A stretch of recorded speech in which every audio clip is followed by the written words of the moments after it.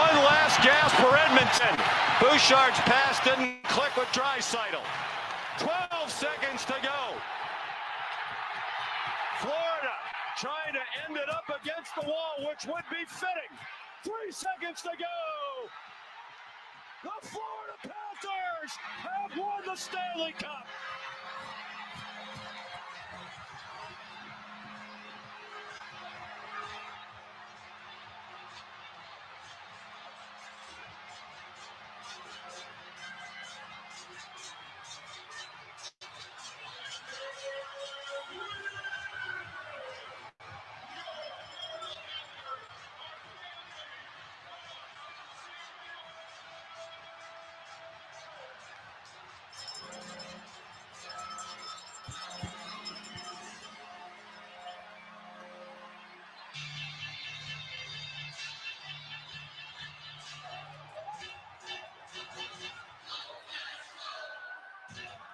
For the first time in their 30-year history, the Florida Panthers are Stanley Cup champions.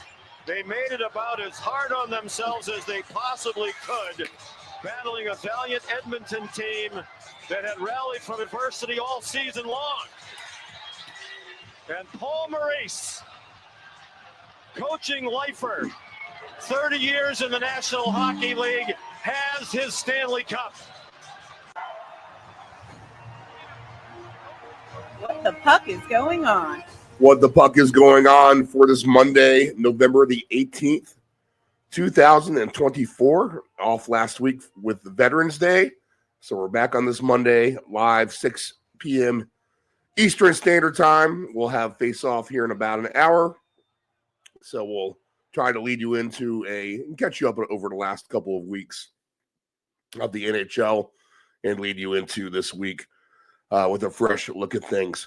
Okay, let's go ahead and take a look at the injuries that we have across the National Hockey League. Let's kind of get up to date on some of these banged up teams and some of these healthier teams.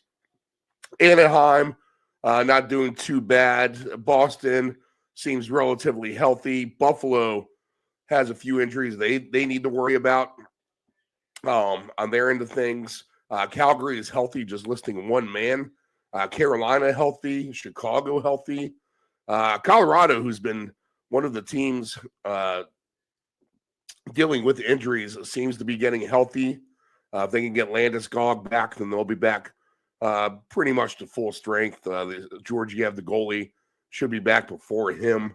Those are really the two main guys listed there.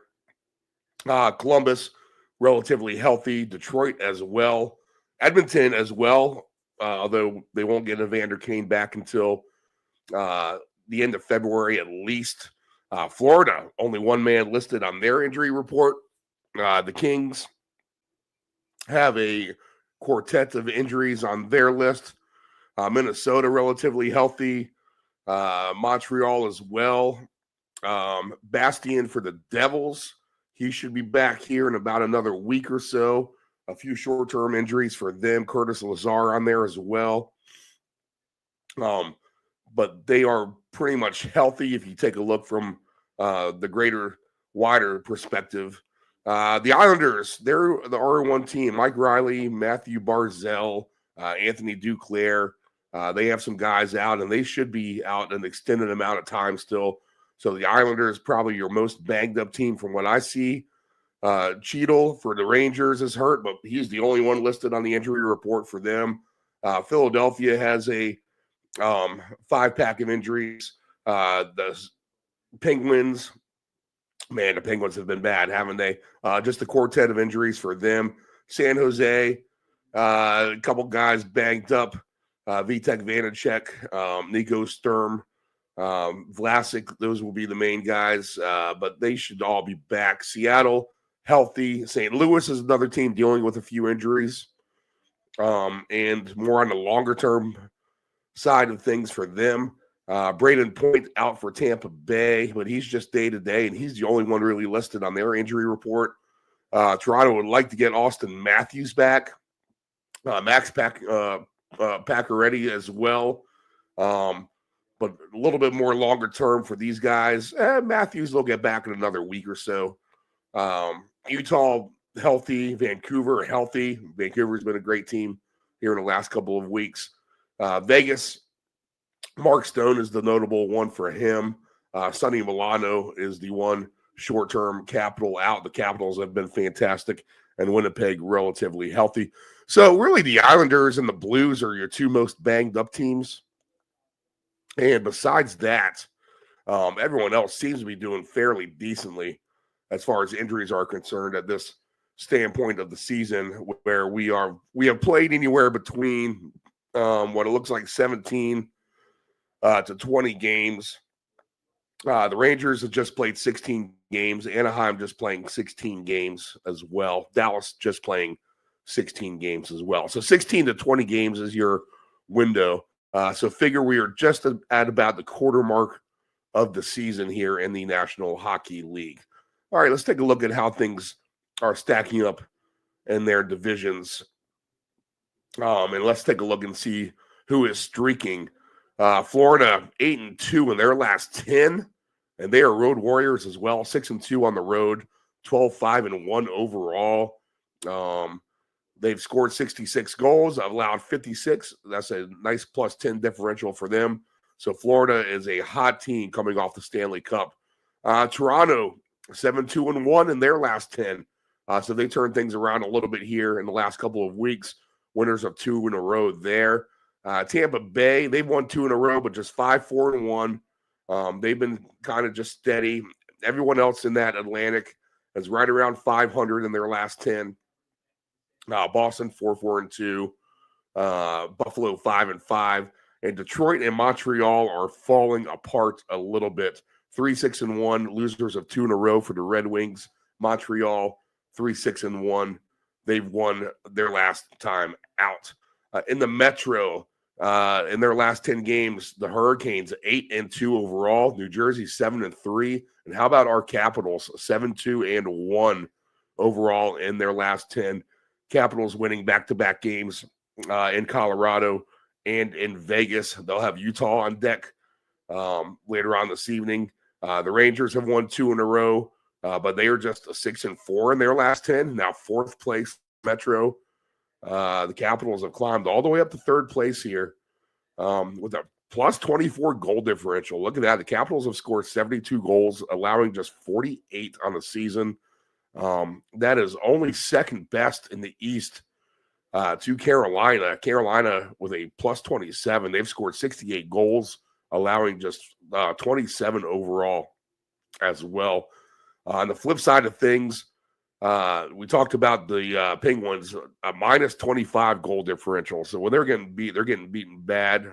They are in their last 10 games, just 4-4-2, but just really inconsistent and scoring just 55 goals, allowing 80. So they're allowing 4 a game and scoring 2.5. That is a bad formula to have success.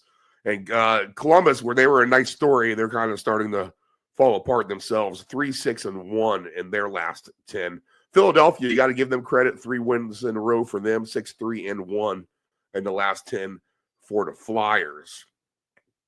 All right, in the West, I mean, how good is Winnipeg been? 15 wins. A couple losses coming here lately. Just the 3 on the season, though. 8-1 at home, 7-2 on the road. They have lost 2 in a row, 7-3 in their last 10 still with that. Minnesota 6-3-1 in their last 10, although they lost their last time out. The Wild, very nice season, plus 16 goal differential for them. The Jets are at a plus 31, a plus 19 for Dallas. Dallas starting to kind of look a little bit more dangerous now here after they got their skates underneath them in the first few weeks. 11-5 for the Stars, winners of 3 in a row for them. Let's see. Everyone else in that Central Division is either 500 or a little bit worse in their last 10. The Blues 3-6-1, Nashville 3-5-2, Chicago 4-6. So not exactly the worst, but not trending the right way at all. All of those teams with a minus goal differential. Utah 7-7-3, a -9 for them. Here in their for their record for the season. All right, in the Pacific, Vegas on top, right? Look at that, 11-5-2 for them. Second place are the Kings, 10-6-3, and Vancouver sits there at 9-5-3. Like I said, Vancouver's been a nice team for me.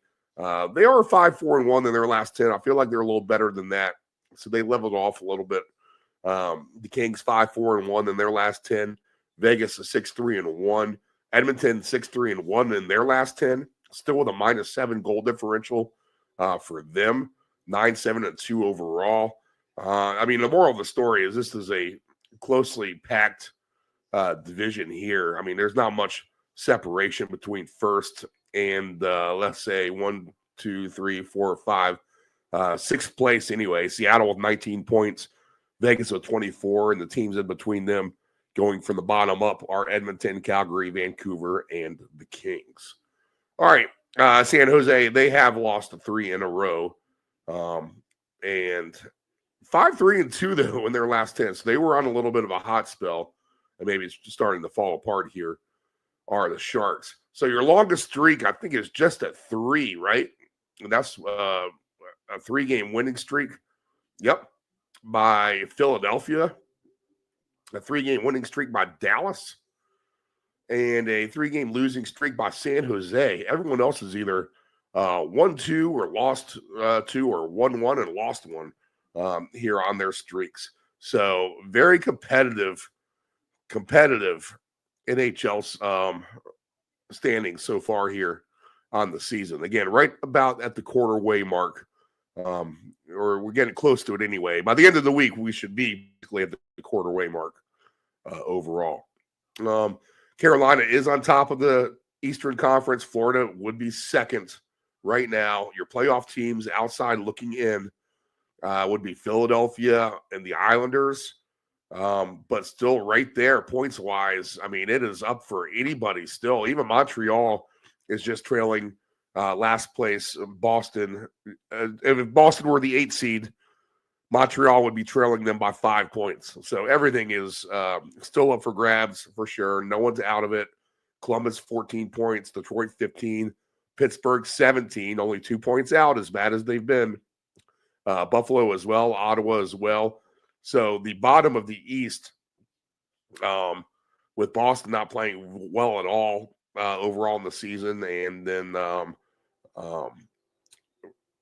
really the Rangers, they've only played 16 games. The Rangers right now are in 7th spot, but they've only played the 16 games. So really, by the time they were to catch up with everybody else, they really could be the best team in the East. So kind of weird there. We'll see when they catch up with their games. In the West, right now, point-wise, Winnipeg's on top with 30. Vegas is second with 24. Minnesota would be the division winner, but in third with 25 points, the way that it's working out there. And then really, you have all these teams grouped at the bottom. You have Dallas with 22, Vancouver with 21. Woo!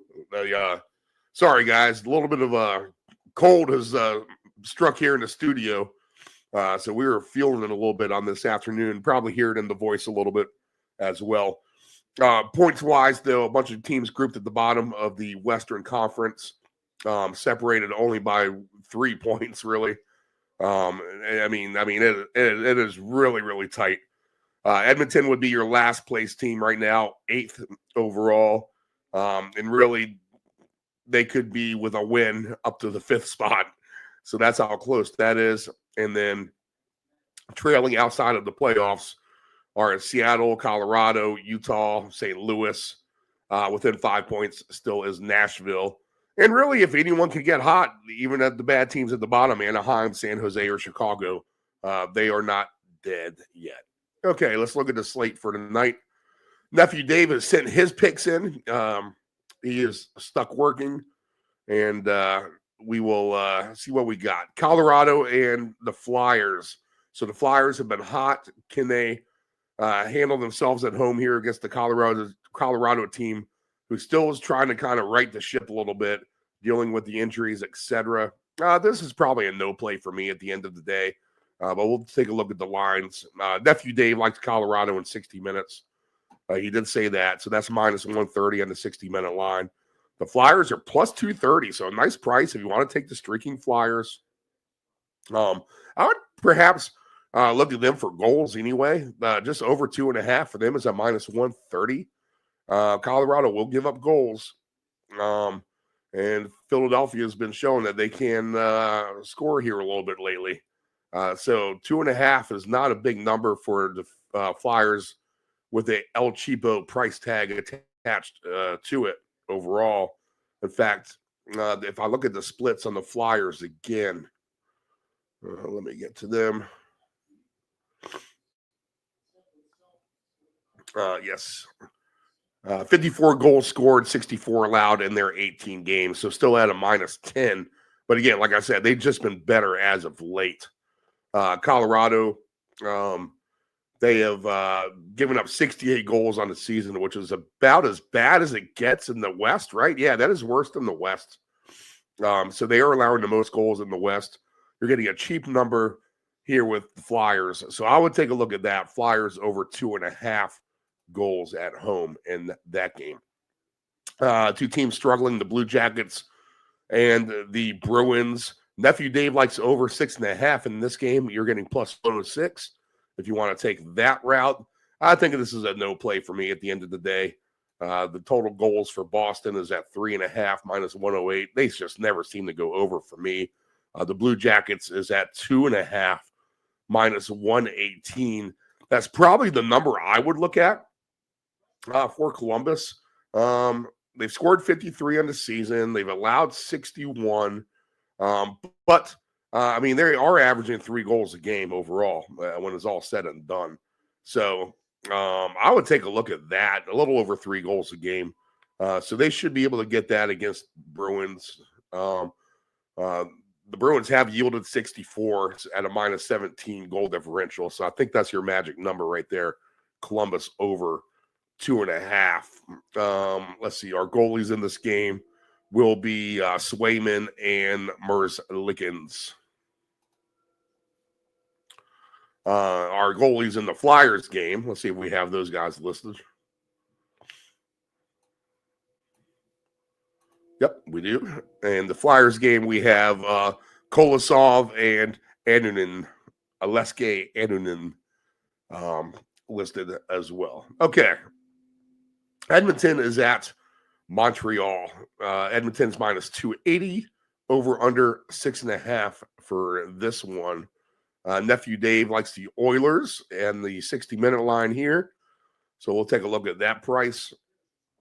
Minus 190 for them on a 60-minute line. Montreal's total goals is at 2.5 plus 104.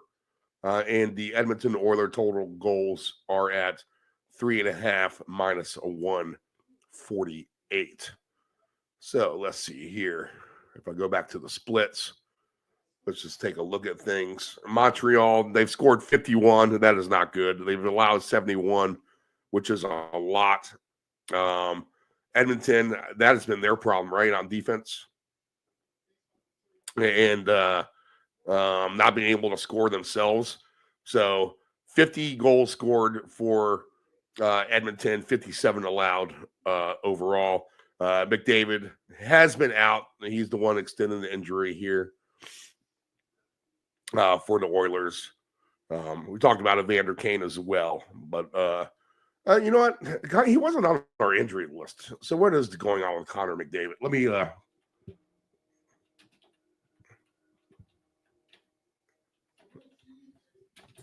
let's see what we got here. Let's just kind of try to get up to date. It looks like he's going to return ahead of schedule. Yeah, he's back in the lineup, so we should be good to go with McDavid. Yeah, it looks like he served his time, so we'll get Connor McDavid back in action here, and that's going to be good for Edmonton overall.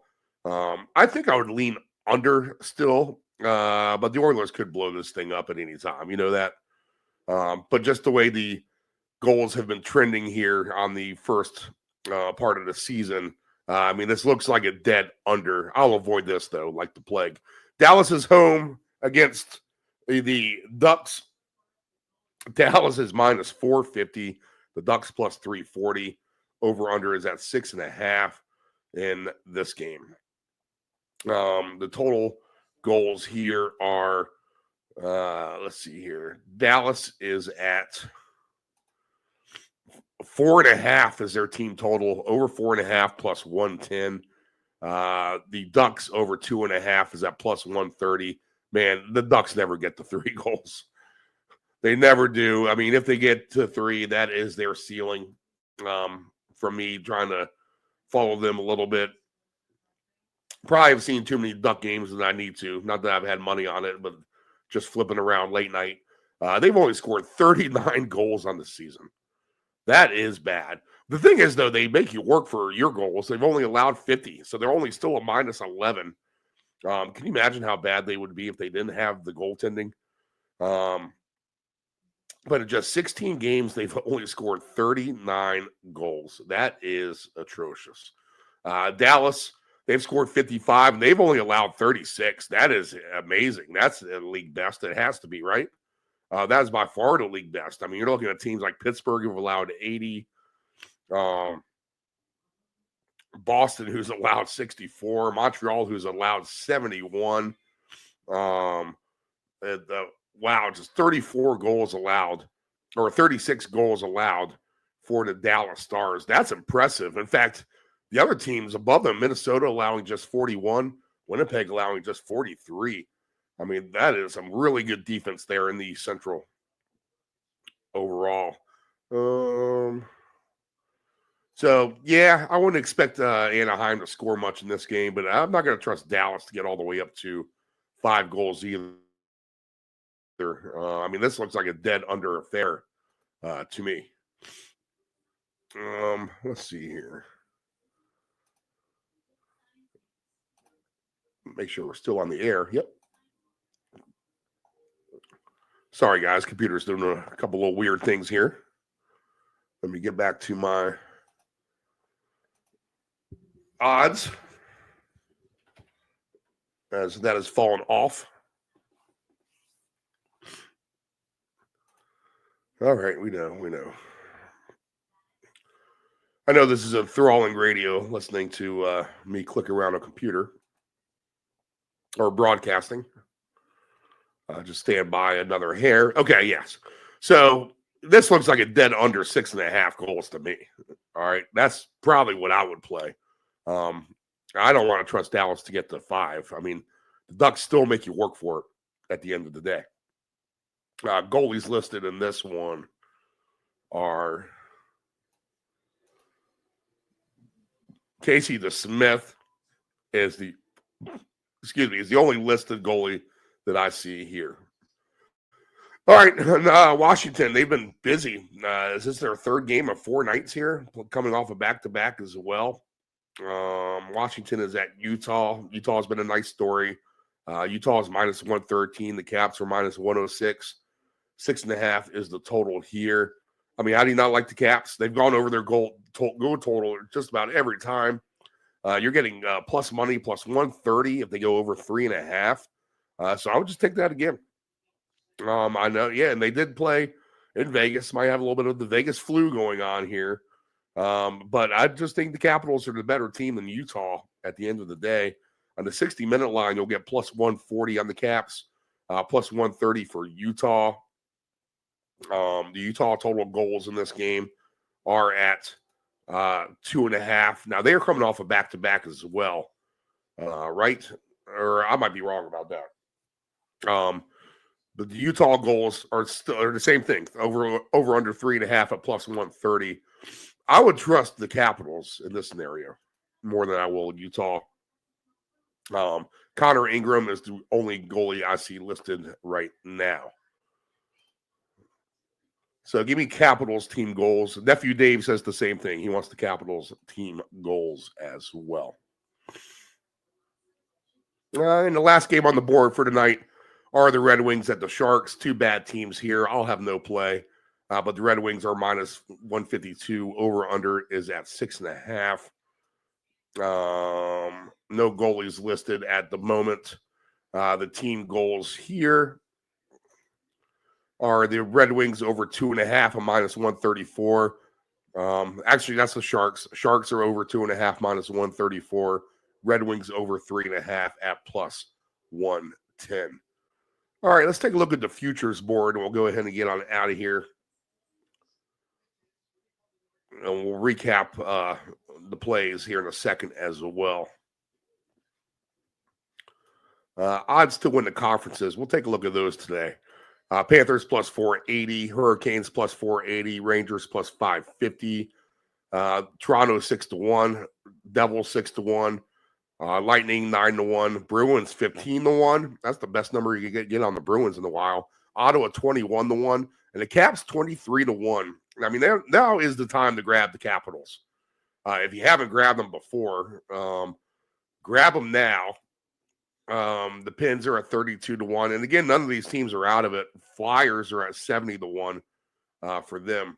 In the West, I mean, you're still getting a great number on the Winnipeg at 10-1.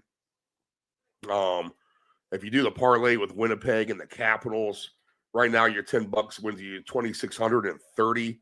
So you're still getting a good payout if you want to take those two teams. Edmonton is your favorite, plus 370 in the West. Stars plus 430. Colorado 6-1. Golden Knights 7-1. Vancouver 10-1. Minnesota 11-1. Yeah, you like to see some bigger numbers here. Predators 15-1. Kings 15-1. They're still a little bit underrated as far as this odds board goes here. You need to give us better prices, sports books. I mean, you don't have we complain about this on the football show. These are not like true horse racing odds. Just grouped a little too low altogether. Odds to make the playoffs. Let's see here. And you can still combine up to 5 selections. The Capitals are minus 210 to make the playoffs. Let's see. The longer shots would be the Bruins minus 130, although that's not a long shot. Penguins 4-1. Flyers 4-1. Montreal 14-1. And in the West, the longer shots to make the playoffs would be Utah plus 190. Nashville is still at plus 108.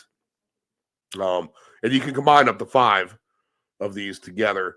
Calgary plus 220 would be a decent play right now. Seattle plus 215. Yeah, you're not getting good enough numbers on everybody else overall. All right. So let's go ahead and look at the games one more time with the picks.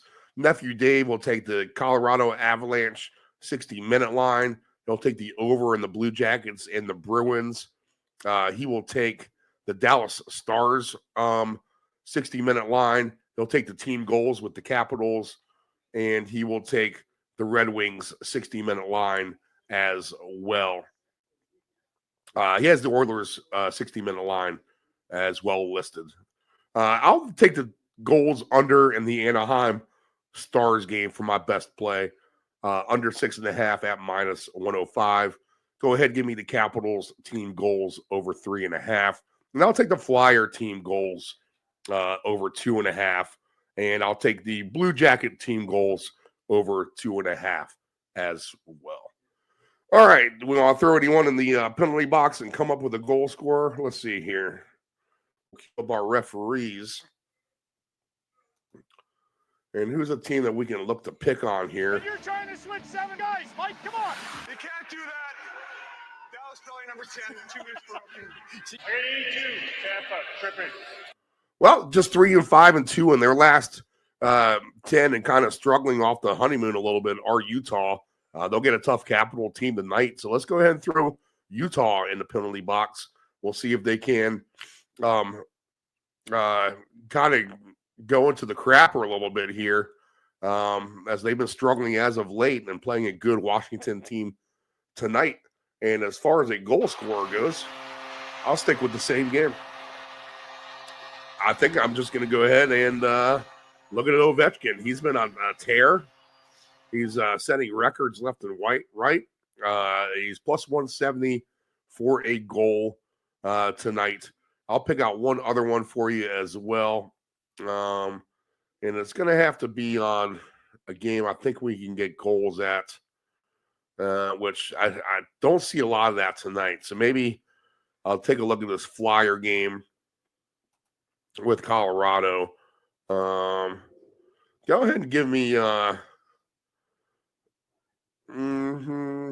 ahead and give me Joel Farabee, plus 410, former Cap, getting a nice big number at home against the Avalanche tonight.